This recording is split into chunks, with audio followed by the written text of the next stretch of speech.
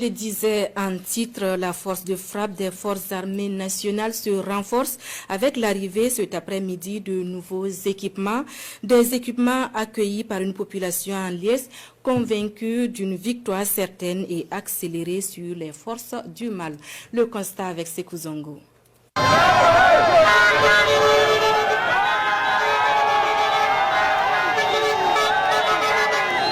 Chaude ambiance ici, à quelques mètres du monument des martyrs de Ouagadougou.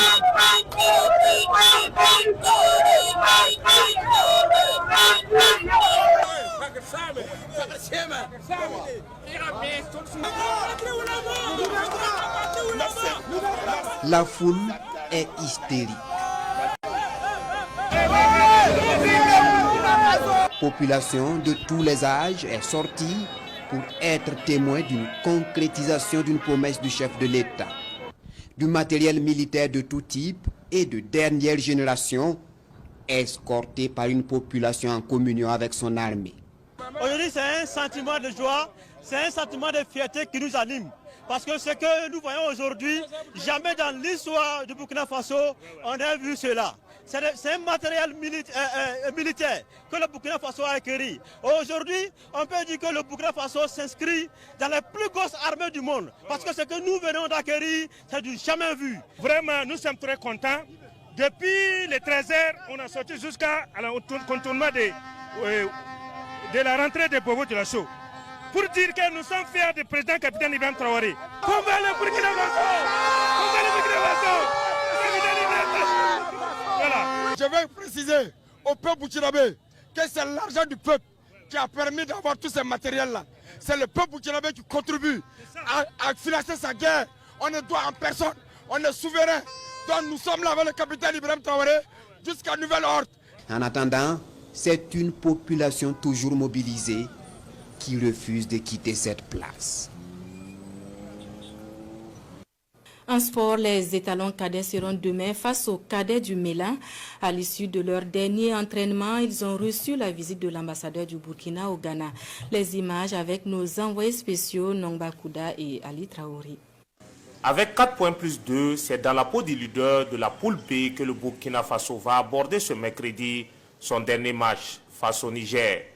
Les étalons cadets ont leur destin en main et doivent finir en beauté cette première phase. Mais Oscar Barrow préfère jouer la carte de la prudence. On est premier de nom, sinon toutes les équipes sont à mesure de se qualifier. C'est-à-dire que nous devrons rester focus sur le match, comme si c'était le dernier match qu'il fallait gagner pour pouvoir continuer la course.